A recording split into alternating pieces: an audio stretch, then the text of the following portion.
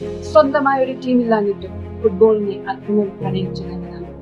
2026 July 19 രാത്രി ലോകകപ്പിലെ അവസാന വിസിൽ മുഴങ്ങിയ ഫുട്ബോൾ ചരിത്രത്തിലെ തന്നെ ഏറ്റവും വലിയ നിമിഷമാണ് ലോകം സാക്ഷ്യം വഹിച്ചത്.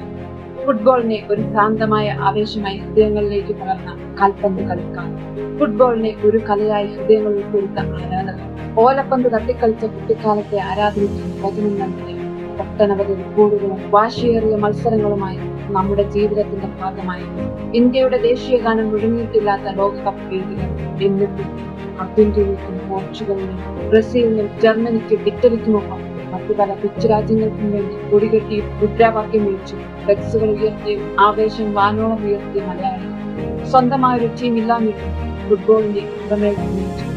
പ്രിയപ്പെട്ട ടീമുകൾ ജയിച്ചപ്പോൾ മധുരം വിതരണം ചെയ്തു അവർക്കായി പരസ്പരം തർക്കിച്ചും പന്തയം വെച്ചും ജയിച്ചു. ഒപ്പം പ്രിയപ്പെട്ടവരുടെ തോൽവിയിൽ പൊട്ടിക്കരഞ്ഞവർ, ശക്തിയും കഴിവും മനോബലവും മാറ്റുരച്ച മത്സരങ്ങൾ, സ്പാനിഷ് പട മുത്തമിട്ട കപ്പിൽ മനോഹരമായ ഈ കാൽപന്തിലൂടെ ലോകം ഒന്നാവട്ടെ.